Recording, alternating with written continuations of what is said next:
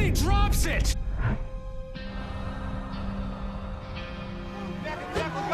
In sports, when you turn the ball over, you've got to get back into the hole and play defense. I don't disagree, but the big guy's never been there before. He doesn't know that he's got to run back on defense. Hey GQ, I'm Paul Rabil. I'm Kyle Harrison. And this is The Breakdown.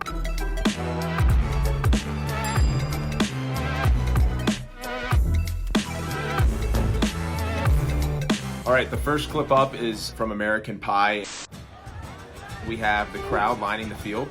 Dangerous, but feels pretty intimate.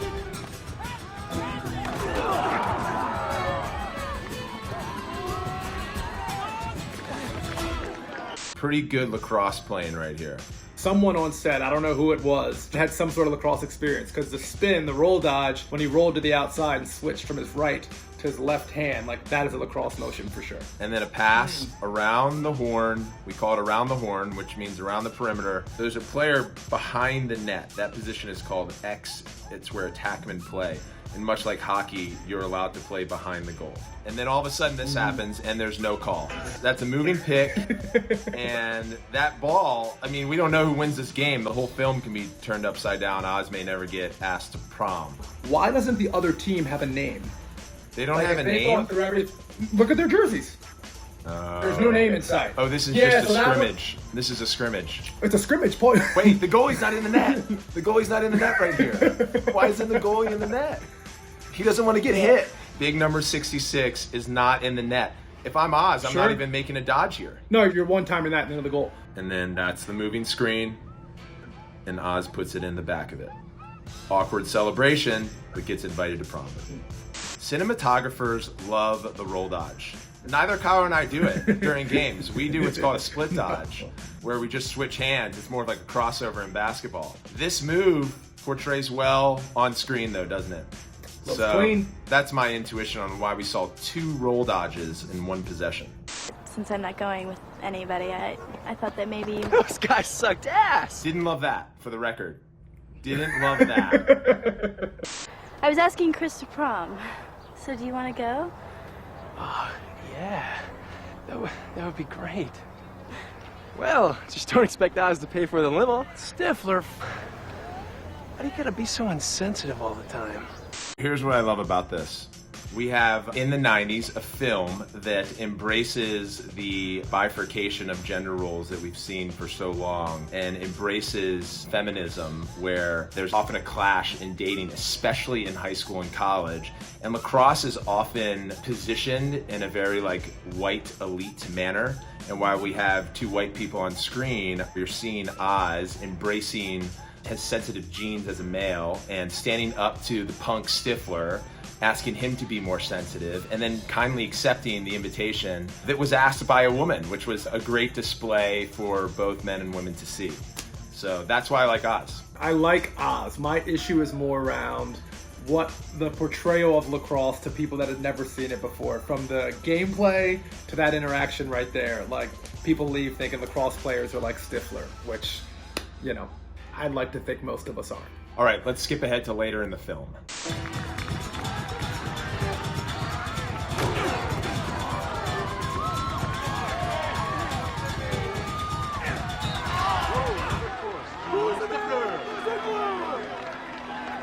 It seems like at this stage in the film, there's some beef between Oz and Stifler, because the team scored a goal, but they're pissed at each other. I think so. Could you back up 2 seconds for me? I think I saw a 40-year-old in the huddle that I just wanted to identify. Yeah, you know, so... It's supposed to be in high school, right? Yeah, this is high school, Paul. So these are theoretically 9th through 12th graders, and Homeboy was 48. But again, wanted to touch on whoever the lacrosse choreographer was. It plays well in scene for that big hit in the middle of the field, but that rarely happens when a player picks up the ball, runs 5 steps forward, and then somebody just lights them up. Like, theoretically, his head would have been up and he wouldn't have gotten popped, but it did look good on camera. Yeah, that hit was legal, I think. We do see collisions like that in lacrosse, and they'll stir up a lot of commotion. Is it right here you see 2 different sticks? This netting is what we call mesh, and this is what we call traditional, and it's leather.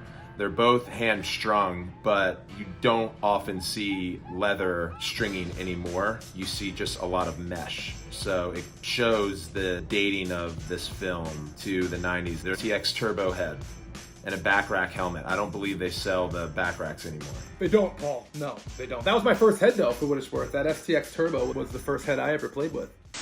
I don't want to ever see any of you thinking you're gonna score.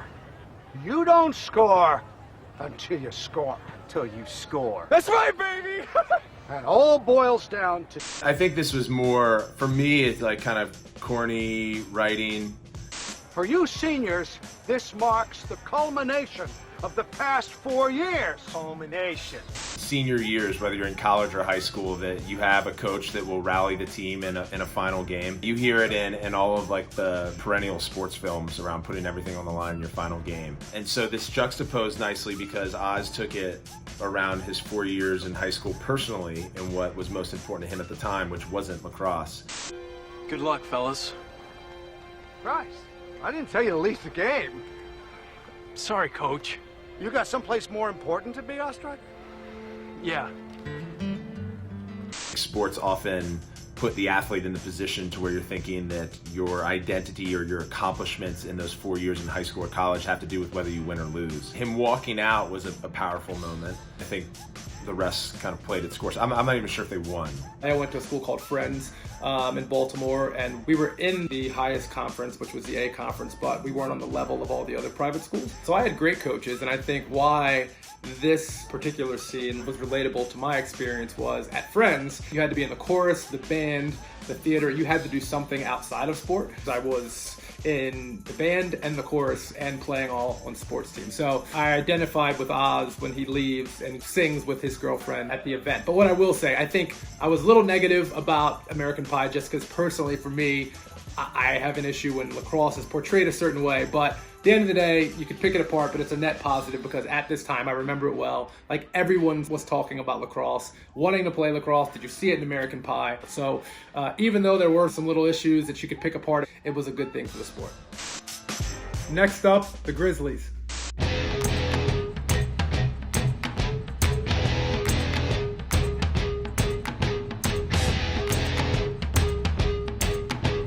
All right, I'll pause right here because I haven't seen this film yet, but from some of the folks in lacrosse I've spoken to, it correlates to the background of our game. Lacrosse is an indigenous peoples game. It was founded by natives, both in now North American U.S. territories as well as Canada. When colonists from Europe traveled over, the game was first kind of professionalized into what we know as lacrosse, actually in Montreal. But our roots of lacrosse are in the native culture. And I think what's really unique about lacrosse is that the Iroquois specifically call lacrosse the medicine game. So it's a form of religion. And before there were rules and parameters and a game built around what we play now, what you see in lacrosse, it was meant to service as sacrifice and celebration and ceremony.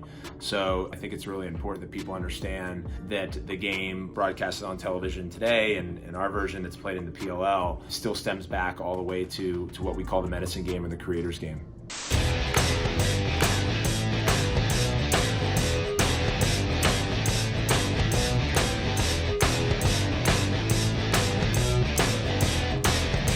The training, it correlates to exactly what we do, right? Lacrosse, depending on your position, you run a ton. Midfielders obviously can go back and forth. Defenders have to stay on their side of the field. Attackmen are on the other side of the field, and then you have your goalies, right? But for the most part, any of those folks are interchangeable, so you're always running. So them doing their running and their training is certainly what happens in our sport and lines up. I think the one funny part, I'm not sure I ever saw a ball. Paul, did you see a ball in anyone's stick? I saw them throw some snow. I saw snow. I think that's part of it. You got to have the resources to play the game. You know, the reason why soccer is the global game is a lot of countries across the world actually don't have access to FIFA certified soccer balls that they can kick a grapefruit or a tangerine. In lacrosse, you need a stick, and again, the natives first would handcraft their sticks. In native culture, when you're born, you're given your first lacrosse stick, especially in the Six Nations, as your first gift. So it is embedded in the culture. This reminds me of what we call dynamic warm-ups. You run because you have to be well-conditioned. This looks like a bit of what we call a karaoke move, and so good choreography. I see Kyle do this a lot, a lunge and a twist. That's just not true. This is a good calisthenic. No, it's a great calisthenic, just not one I use. I do this often because we have back problems because we shoot the ball over 100 miles an hour and it requires a lot of torque. So I think they nailed it.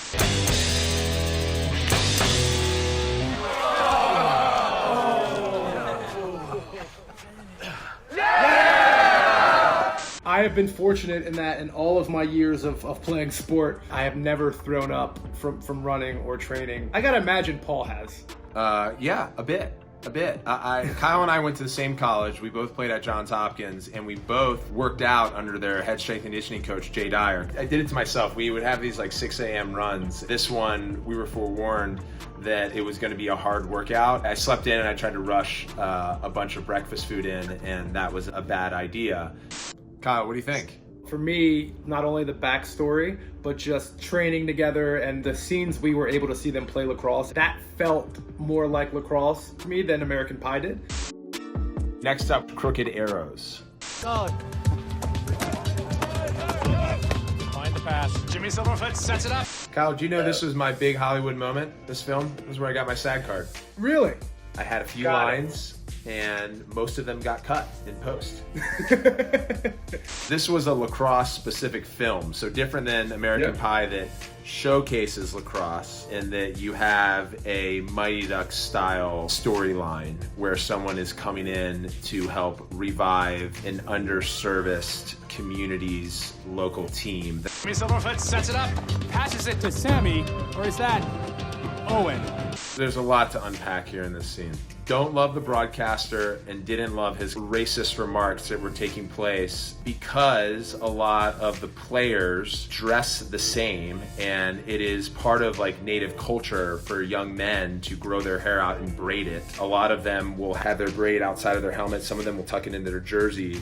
I think it was probably upstate New York where there are reservations, and they were able to participate in the private school division. So you have this like kind of race battle that's taking place between natives who are kind of the creators of the game and preparatory kind of elite, well-funded schools that they're competing against. Take it back. Think slow, fires high, and go! What you find with a lot of natives who play the game, having gotten a stick right out of the cradle, is they play it with a lot of creativity. And so what you see here is a behind-the-back pass. You typically see someone pass it in front of their face. His stick went behind his head. What a lot of people think is trickery, it was actually a really great play. And this guy comes around the net, fakes low, got the goalie to completely drop, and then puts the ball right into the corner. Go! It's high score late in the fourth. Watch my feet. Hey. Act like we've been here before, boys. Come on. Look, the celebration was incredible. For me, this one specifically, we were so excited as a lacrosse community because this is what lacrosse should look like. From the two-man game that happens behind the goal, where one player sets a pick for another, throws that behind the back, we come around, we throw a fake and we finish high. People that had never seen lacrosse before get to watch this, and they get an actual picture of what like high-level lacrosse could possibly look like, which gets them excited around the games. The dancing afterwards, that's more of Paul's thing. If you watch him when he scores, there's a lot of very ridiculous celebrations. There's some popping and locking. I'm not really a celebrator after any of these things, but I think if you watch these kids dance, it looks just like Paul. I don't have the moves for this, but what I'm seeing here is I think a form of how natives celebrate and play the game. And what we did last year in our inaugural season with the PLL is we recognize the heritage of our game. We'll do so through the Native American communities. We'll, in some case, take part of what's called a land recognition. And it's our way of paying respect to the land that we have kind of built and commercialized over top of. And in some cases, you'll get singing and dancing like this. Come on, guys, it's tied. We can win this. Come on, boys. Let's do this. Come on, boys. Let's go, boys. On three. 1, 2, 3. Go! What we see in this scene as they put their sticks up to break a huddle, you see wooden shafts. So a lacrosse stick is comprised of a handle or a shaft, and that's like the stick that you see. And then the lacrosse head is typically made of plastic. That can be put over top of the stick and then screwed in. So you're able to break the stick and keep the head and then transplant the head onto another stick. So that's what you see here. And then on this frame here, you see a traditional native stick. It's wood from the base all the way through the head, and then you have leather stringing from kind of the inside of the wood where holes are burned in, and that's tied off at the bottom. Toby, you're in. Me. Come on, just be aggressive, buddy. I can't remember what happens here. I remember this feeling a little bit risky though. Typically you don't see this. Kyle?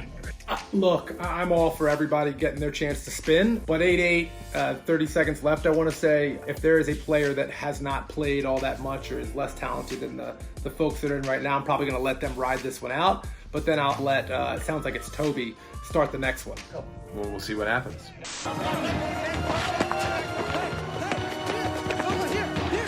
Toby. Come on, Toby. And he drops it!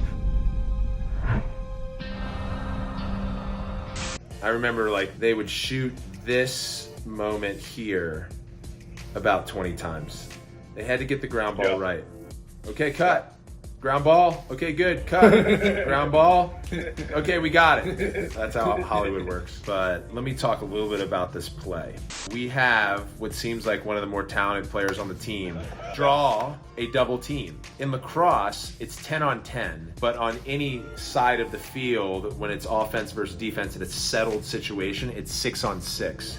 So much like basketball when it's 5 on 5, when a player is talented and draws a double team, that means you have an odd man situation where there's someone that's open. And so this team leaves what we think is the least talented player open. That's what then leads to this shot opportunity. He makes the pass and missed it, which is okay, not ideal. This is where I have a problem. Kyle, I saw your reaction. Why don't you take over? My problem here is why did we put him in the position to have to handle that ball and finish it after Toby's been hanging out on the bench for however long? Coaching wise, we can't put Toby in that situation. Here's my problem with Toby. Lacrosse is a lot like soccer. When you make a turnover, the other team picks it up. He puts his hands on his head. And in sports, when you turn the ball over, you've got to get back into the hole and play defense. That was the most concerning to me. I don't disagree, but the big guy's never been there before. He doesn't know that he's got to run back on defense. I'm also a little bit concerned around where the coach's headspace is at. He made a critically wrong decision. There's a big turnover. We're under 30 to play. And then he looks back into the crowd during the middle of the game. The middle of the biggest play. I'm trying to play it over my head. There's something we're missing. Toby was more than welcome to pick that ball back up. Players are going to drop a ball all the time, and if you can pick that thing back up quickly, that's not a turnover, right? Maybe the offense stalls for a moment, but you have the ability and the opportunity that if you drop one, you can pick it up and keep moving. But Toby in this situation, I mean, there's just a ton of things we could have done differently. Next up, we got Teen Wolf. Call! Yeah. You're in goal! I've never played. I know. Scoring some shots will give the boys a confidence boost. It's a first day back thing. Get them energized, fired up! What about me? Try not to take any in the face. Let's go! Come on! And that felt abusive. Did he smack him? He smacked him. Oh, no. It doesn't happen in lacrosse. And shouldn't happen anywhere. In the workplace, domestically, in any sport.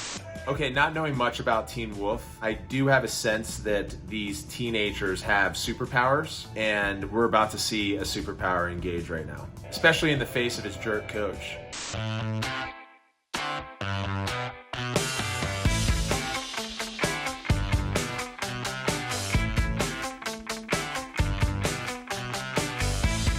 Well, Paul, I couldn't help but notice the last shooter's equipment he was wearing. My K-18 line, the second edition of that. No. This guy. Yup, the elbows and the shoulders.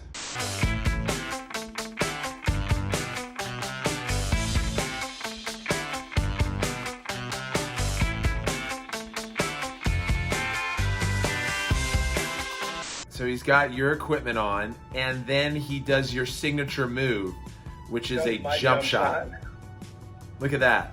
Looks like Kyle Harrison. And it gets saved, which is also happening frequently these days. So it's perfect. It all works out. Goalies try to make saves with their stick head, which is larger than most lacrosse heads. It's kind of like goalie gear in hockey. And then that shot came all the way around here. We call this off hip.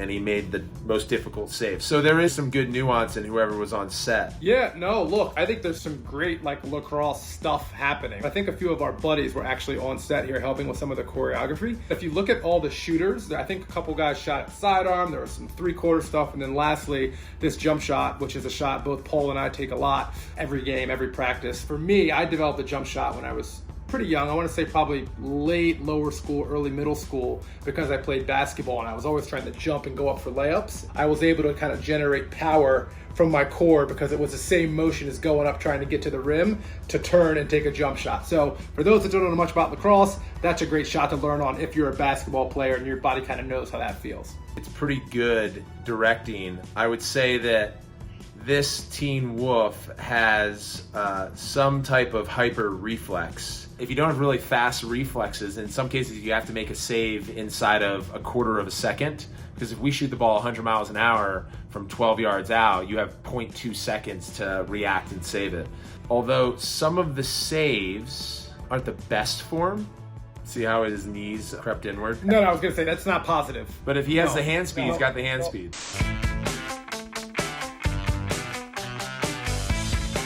Standards at all levels should be that if you take a shot to the face like this, he should immediately be taken for a medical consult around a concussion. I also am not certain that I've ever seen a ball hit a goalie in the helmet and the goalie fall into the net. That would be considered a goal legally. I've never seen it before. Kyle, have you? Paul, it's not a thing. I have not seen that before. No. But goalies do get hit in the face mask and the ball will deflect, and typically a ref will call like a short timeout on field to make sure that he's okay. And I think now more than ever in the PLL, they'll just throw their arm or throw their body in front of it and take one. So I have zero interest in playing goalie, never have. I played summer lacrosse as a goalie in high school to get a good beat on what it was like to face shooters and pick up goalie tendencies. I was pretty good at it. I can step in the net. That doesn't surprise me. Doesn't surprise me. Next up, Warrior's Heart. I'm gonna send it to you because I believe you were on set for this. I was. This was exciting for us in the lacrosse community, but that's Kellen Lutz, and he had just been in Twilight. So when he was going to be the lead in this movie, there was a lot of excitement around the fact that an actor that was going to be in one of those films was going to take his time to do this lacrosse movie in between shooting the next Twilight. Before I hit play, I do have a problem with his attire. I've never seen a coach have coach on his or her polo shirt. Was that your choice? My choice? No, Paul, you know, I could only do so much here. But he identified, right? You want to be able to identify who he is. It says coach. Would I wear it? No. But at the end of the day, this is what we chose, Paul. This actually feels like legal defense to me. Yeah, oh yeah. You could call that a push with possession. There's a lot going on here. In practice, you typically don't have someone sitting on the bench like that, just taking the practice off. I couldn't believe that we just didn't go to a high school and get a high school team to come in and do the lacrosse action. Like, we literally had a tryout. Random folks from all over Hollywood coming to try and be a part of the lacrosse team. And so there was this one guy I knew just by the equipment the kid had and how he carried himself, that like he was not in the advanced line, should have been in the beginner line, but he wanted to jump up with the big dogs. No helmet either, by the way. Bandana around his head, no helmet. The first pass that is thrown him, I hear like this like loud crack right in his nose. His nose almost broke. Oh gosh, nose blew up. And Ashley, the assistant coach there, he comes sprinting over and took care of the guy. He had a background in doing that type of stuff. I developed a pretty cool relationship with him for the whatever that was, 2 or 3 months on there. Hard-working dude. You think you can do better, Sullivan? Only one way to find out. Switch up your jersey to white. Coach, give me a whistle. Got it, coach. Braveheart, give me Brian! Let's go! Why did he just go into a Braveheart? And why did he yell like that? So He didn't like the lip service he got. Yeah, he didn't like the attitude. There's a drill that's called Braveheart. What Braveheart is our sports version of one-on-one. So to start a position after a goal or to start a quarter, you have a face-off at the center of the field between typically two midfielders. And in a Braveheart, you strip out the 10-on-10, you put 2 people down in a face-off, and then you play sudden death, so first goal wins. I remember being a part of that discussion and them asking me, like, do you think this is something we should have, whether that's at the end of the movie, in the middle? And I just continued to come back to, that's like never in lacrosse does that happen. That's like a youth tournament thing. And people that see this film, I'm going to be afraid if they've never seen the sport before that they're going to think this is how we settle an overtime game. Or when you go into the fourth quarter with a tight score, we're going to have 2 guys face off and see who scores. And it's just not reality. And also worth noting that we have some women's lacrosse players here on screen. Not uncommon for women and men to kind of be in the same proximity when there's practice going on, presuming this is like a high school practice. But yeah, this doesn't happen very often. I've never been in a situation where you have your teammates that close to you, no helmets, everybody hanging out, female players involved. This scenario does not happen. The competition, right? Like those 2 guys butting heads in the middle of the field, them talking trash on the sideline, that correlates directly to our sport, right? That's what we just dealt with practice and training camp today here in Utah. When you see scenes like that, as a lacrosse player, you can feel that, because at every level, whether that's middle school, straight through the pros, that happens on every practice field, every single practice. First one to score wins. Keep it clean. Good luck, brother. I'm not your brother. We're all brothers in lacrosse, West Coast.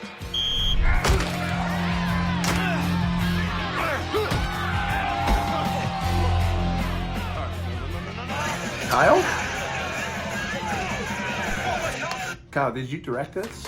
No, absolutely not. This typically isn't how a face-off is set up. The ball would actually be on the vertical or horizontal line here, and then the 2 players would line up parallel to the line. Right now they're at an angle. It's close enough. Secondarily though, this is not legal. The game is about getting the ball on your stick, and I know there's some microaggressions going on between these 2 jocks, but they get up and they start hitting each other, and they don't play the ball. Most refs would say, hey, play the ball. This next move here is definitely illegal. You can't like chop block someone below the waist. Most importantly, there aren't any goalies in the net. and you need to have goalies. Otherwise, you know, what are we doing? In Braveheart, you have goalies. Everything Paul said is right. There's never a situation where 2 guys are going to stand up and bang. All of that's illegal. You guys know how Hollywood works. Like, they had the scene they wanted, right? They wanted them to hit each other. They wanted there to be some sort of like upending. I get it. And then the bummer in this for me was the final shot. And I was like trying to make sure the shot at the very least looked like a lacrosse shot. Right. And that's where we landed. It did not. No, that thing's moving about 20 miles an hour. That's not it. Stepping with his wrong foot. Yeah, no, there's a ton of issues, Paul. Right in the center of the net, which is where a goalie would be. Yes. Typically that is where the netminder would be standing. Yeah, this doesn't happen very often. I think it was the first movie that was all about lacrosse from the main character down through the entire storyline. I will say the people involved in this movie loved lacrosse. Like, they were really into it, and that's why lacrosse was at the center of the movie. They could have written this about any sport, and they picked lacrosse because they loved the sport. Next up, we've got Mean Girls. Regina's spine healed, and her physical therapist taught her to channel all her rage into sports. I think anytime you're fortunate enough to play a sport, whatever that sport is, everything you're going through, I typically try and channel it into that and use it to my advantage. Every athlete takes on different forms of inspiration, and it ebbs and flows. It's an outlet for aggression and as well as creativity and kind of spirituality, again, going back to the origin of the sport. The beauty of sports is that we channel a lot of our kind of inner emotions and project them in our style of play.